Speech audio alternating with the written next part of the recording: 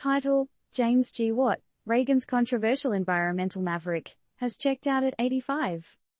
TL: James G. Watt, the notorious fox in the henhouse who shifted the U.S. environmental policy pendulum wildly towards commercial exploitation during his tenure as Ronald Reagan's Interior Secretary, has finally hung up his spurs at 85.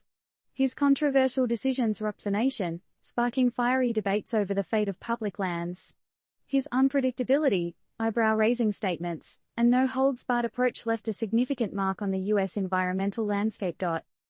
In 1981, Mr. Watt stepped onto the national stage, a fresh recruit from a Denver legal foundation notorious for challenging the rules and regulations of the very department he was now set to command.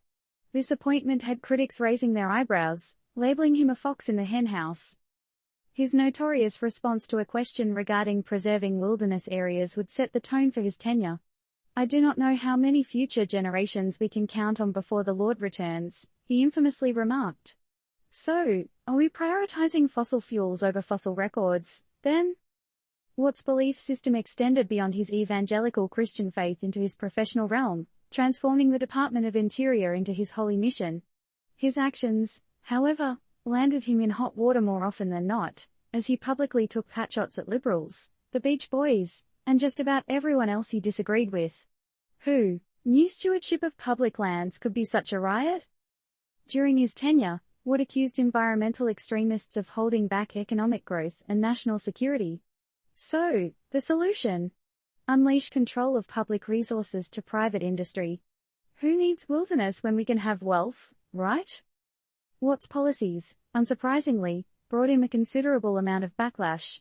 Environmental groups didn't take kindly to Watt's sweeping changes and organized petitions demanding his removal. His strategy to sell federal lands to reduce national debt was thwarted due to overwhelming opposition. Seems like the public wasn't quite ready to swap their trees for treasuries.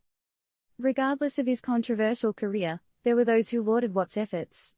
He found support among conservative and Western Republicans and was even hailed as the best Secretary of the Interior. All this leads us to ask, can radical, divisive leadership sometimes produce effective results? And at what cost? In the end, however, his unyielding style and controversial statements eventually led to his downfall. His assertiveness turned comic when he banned women's pantsuits in his department but was blatantly ignored.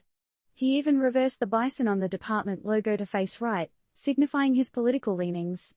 Watt's polarizing legacy continues to influence discussions about public land use, environmental conservation, and the role of government in preserving natural resources. As we look back, we're left wondering, was James G. Watt a destructive force or a necessary evil, a shake-up that the Department of Interior needed at the time? And ultimately, what lessons can we learn from his time in office? This is a news report and does not provide any advice or endorsements. All information is based on publicly available data and statements.